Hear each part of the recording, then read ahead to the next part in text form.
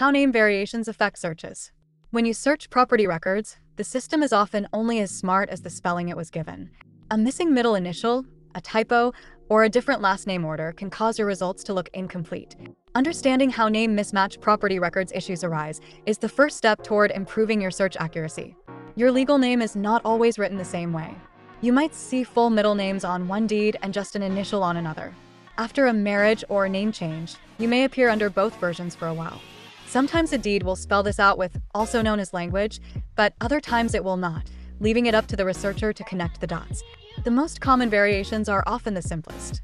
Middle names may come and go, nicknames may show up instead of the full legal name, and last names can change or be hyphenated. Even basic typos, like a missing letter, can split your records. That is why searching under just one spelling or format can leave important documents off your radar. Indexing rules are usually literal. If the document says, Alexandra M. Rivera, that exact phrase becomes the indexed entry. A later deed for Alex Rivera might sit right beside it in the system but not be formally connected. Only when a clerk or system supports alias links will those names be tied together, and that is far from universal. Knowing this helps explain why thorough searches often require multiple name runs.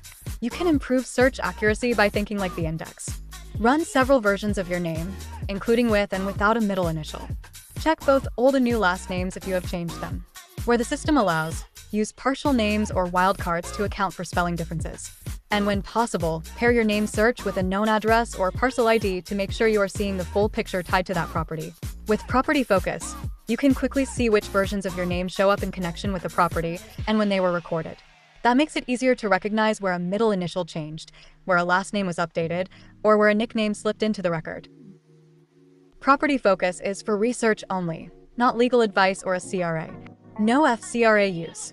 Verify details with official records.